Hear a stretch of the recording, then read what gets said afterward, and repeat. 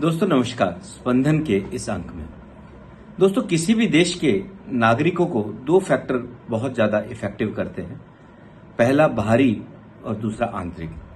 अगर मैं आंतरिक फैक्टर की बात करूं तो गृह मंत्रालय उस आंतरिक फैक्टर को हैंडल करने में पूर्ण रूप से सक्षम रहता है, जैसे देश में शांति, देश में कानून का राज। लेकिन अगर मैं बाहरी फैक्टर की बात करूं तो उसमें बाहरी देशों से पड़ने वाला प्रभाव उस देश के आदमी पर एक इम्पॉर्टेंट रोल है। और इसी इम्पॉर्टेंट रोल में अगर मैं विदेश मंत्रालय को यह कहूं कि बाहरी फैक्टर की संभालने की जिम्मेदारी विदेश मंत्रालय की रहती है या फॉरेन मिनिस्टर की रहती है। दोस्तों देश में 1947 से लेकर के 1964 तक ऑफिशियली कोई विदेश विभाग नहीं था। गिरिजा प्रसाद वाजपेयी जी सेक्रेटरी रैंक पे थे और वो सीधा जवाहरलाल नेहरू जी को रिपोर्ट किया करते थे। सन 1947 से 1964 तक ये क्रम जारी था। सन 64 में पहले जो है विदेश मंत्री स्वर्ण सिंह जी अपॉइंट हुए और तब से फॉरेन मिनिस्ट्री या फॉरेन का जो नियम है वो बना। दोस्तों अब विदेश नीति क्या है? विदेश नीति कोई भी नीति जो अपने नागरिकों को बाहर के देशों से जोड़ने के लिए और अपने नागरिकों का किसी भी स्थिति में, किसी भी परिस्थिति में अपने नागरिकों के हितों की रक्षा करने के लिए जो भी नीति बनाई जाती है वो विदेश नीति ही कहलाती है। विदेश नीति के अंतर्गत किसी भी देश के नागरिक का बाहरी देशों में सुरक्षा, उस देश के नागरिक का बाहरी देशों के साथ आयात और निर्यात, मतलब यूं कह लीजिए व्यावसायिक संबंध। तीसरा, किसी भी देश के नागरिक का उस देश में आना या उस देश के नागरिक का किसी भी देश में जाना, ये सब चीजें जो है विदेश नीति ही तय करती है। और ये बात मैं आज गर्व से कह सकता हूं कि भारतीय विदेश नीति ने पिछले 10 सालों में बहुत ही अपने आप में एक ऊंचाई के आयाम स्थापित किए हैं। अगर मैं बात करूं कि 2014 में जब हमारे माननीय प्रधानमंत्री जी ने शपथ ली, उस वक्त सार्क देशों के सभी राजनेताओं को उन्होंने आमंत्रित किया। ये एक विदेश नीति की शुरुआत की जो उन्होंने आते ही दी। उसके बाद लगातार मैं कई बातें ऐसी बताऊंगा आपको जो शायद हम लोग भूल जाते हैं और हम लोग ये कहते हैं कि शायद राष्ट्र में विदेश नीति अभी भी कमजोर है, लेकिन ऐसा नहीं है। लाइकवाइज 2020 में जब पेंडेमिक आया, जब कोविड का प्रभाव पड़ा, तो भारत ही एक ऐसा कंट्री था जिसने वैक्सीन बनाने के साथ साथ में दूसरे देशों को इस वैक्सीन को निर्यात किया, मतलब इवन दो कई जगह पर डोनेशन दी और दुनिया ने उस वक्त भारत की बहुत खुलकर तारीफ की। उसके बाद मैं कहूंगा कि G20 देशों का जो सम्मेलन हुआ उसमें अरब देशों को भारत ने इन्वॉल्व करके उनको एक जगह पे G20 के साथ जोड़ा। फिर मैं कहूंगा रशिया और यूक्रेन युद्ध में भारत ने अपने आप को तटस्थ रहते हुए इस युद्ध को इवन दो समाप्त करने की चाहत और पहल की। इसके साथ साथ में अपने देश के नागरिकों के हितों को भी साधा।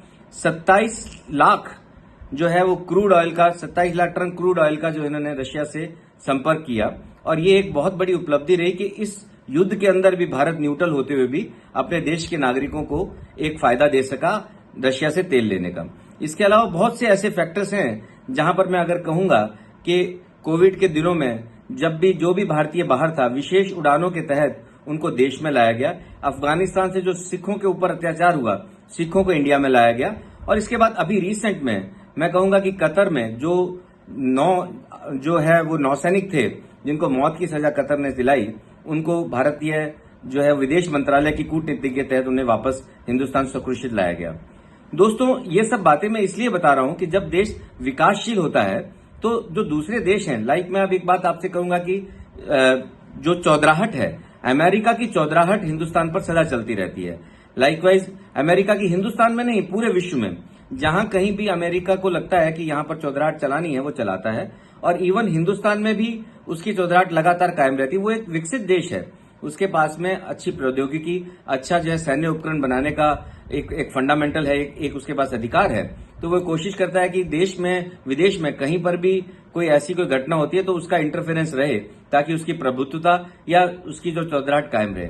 ऐसा ही एक उदाहरण अभी हिंदुस्तान में देखने को मिला जब देश में केजरीवाल जी को अदालत ने जो है गिरफ्तारी के लिए, वारंट के लिए मना कर दिया और गिरफ्तार हुए।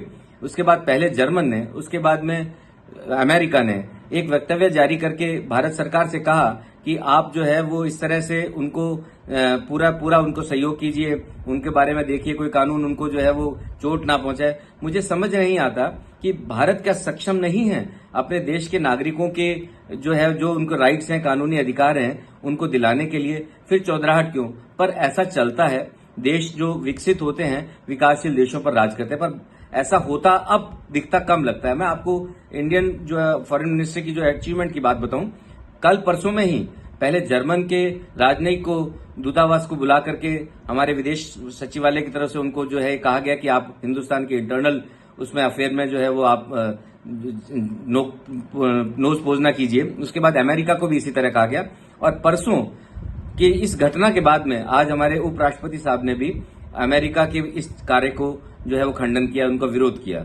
तो दोस्तों देश प्रगति करता है, विदेश नीति उसको उसके नागरिकों की बाहर और अंदर की सुरक्षा देती है, और यही कारण है कि भारत लगातार हर दिशा में हर कदम पे एक अपने आप को स्थापित कर रहा है। हाँ, मैं ये कहूंगा कि इस स्थापित में आप सब लोगों को जब आप फील भी करते हैं, देश के बाहर रहने वाले बच्चे जब देश के बाहर अपने देश का प्रतिनिधित्व करते हैं तो उनको एक प्राउड फील होता है। आज एक बढ़ता हुआ हिंदुस्तान, एक बढ़ता हुआ भारत, उन सब के जो है वो एक प्राउड का मैटर है।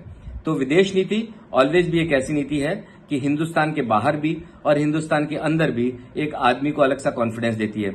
जो लोग विदेशों में जाकर के भारत में लोकतंत्र खत्म होने की बात करते हैं, मैं उन सब लोगों से ये कहूंगा कि आप सब लोग एक गणमान्य हिंदुस्तान के नागरिक हैं। इस तरह की बातें, जब देश इतनी उन्नति कर रहा है, जब देश इतनी प्रगति कर रहा है, अगर आपको कोई बात उचित नहीं लगती, आप बाहर की कंट्रीज में जाकर के इस तरह की बात इंडिया के विरोध में करते हैं, तो डेफिनेटली हर आम आदमी का मोरल डाउन होता है। तो इस अंक में इतना ही दोस्तों, इजाजत चाहता हूं। संजीव पाराशर।